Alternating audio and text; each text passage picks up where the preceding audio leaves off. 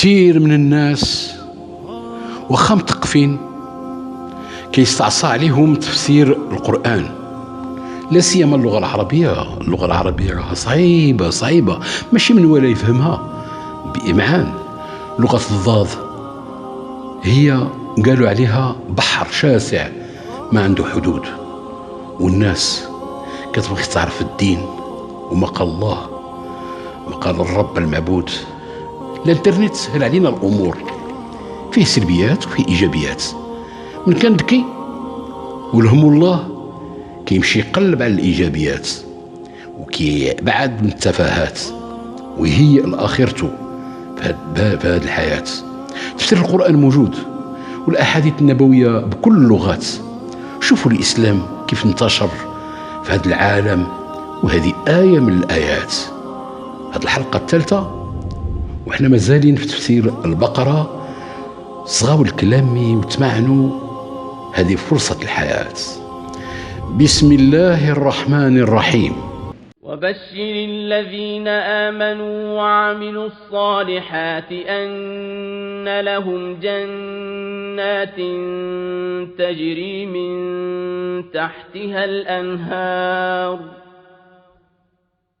كلما رزقوا منها من ثمرة رزقا قالوا هذا الذي رزقنا من قبل وأتوا به متشابها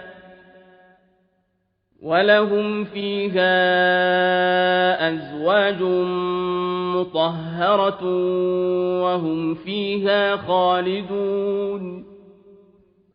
إن الله لا يستحيي أن يضرب مثلا ما بعوضة فما فوقها فأما الذين آمنوا فيعلمون أنه الحق من ربهم وأما الذين كفروا فيقولون ماذا أراد الله بهذا مثلا يضل به كثيرا ويهدي به كثيرا وما يضل به إلا الفاسقين الذين ينقضون عهد الله من بعد ميثاقه ويقطعون ما أمر الله به أن يوصل ويفسدون في الأرض أولئك هم الخاسرون. كيف تكفرون بالله وكنتم أمواتا فأحياكم ثم يميتكم ثم يحييكم ثم إليه ترجعون. هو الذي خلق لكم ما في الأرض جميعا ثم استوى إلى السماء فسواهن 7 سماوات وهو بكل شيء عليم. ملي حرفت لهم في القرآن قال لهم الله فإن لم تفعلوا ما ذكر لعجزكم ولن تفعلوا فاتقوا الإنسان بالله العلي العظيم. وباللي القرآن ماشي كلام البشر. النار التي وقودها الناس والحجارة، الناس هم الكفار والحجارة هي الأصنام، حرارتها أكثر من خطر. نار ماشي بحال نار الدنيا يا الأخوان، نار مهيئة للكافرين وما كيحرق بالنار غير العزيز الجبار. والقرآن هو السر المكنون اللي ما يخصو يخطى حتى دار.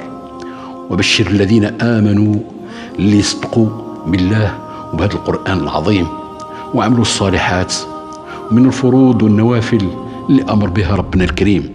5 أوقات واجبة يا عباد الله. خصكم تعرفوا باللي هي عماد الدين وشهادة أن لا إله إلا الله وأن محمد رسول الله، والصيام والزكاة. وراكم فاهمين إن لهم جنات تجري من تحتها الأنهار، معناها حدائق وعراصي وأشجار، وتحت الأشجار قصور وديار ما خطرت على بال بشر، شي حاجة خارقة للعادة. هذا الله الفاعل المختار، وتحتها أنهار ماشي كيف أنهار هذه الدنيا الفانية، هذه أنهار صوبها الله للمؤمنين في الدنيا الدائمة، كلما رزقوا منها كلاوا وشربوا وتمتعوا من ذاك الجنات من تمر ورزق، قالوا هذا الذي رزقنا من قبل، أي قبله في الجنة لتشابه ثمارها بقرينه. تولستوي الفيلسوف الروسي ملي ربي هداه وسهل له طريق الخير، خد جائزة نوبل في الأدب بكتابه حرب وسلم.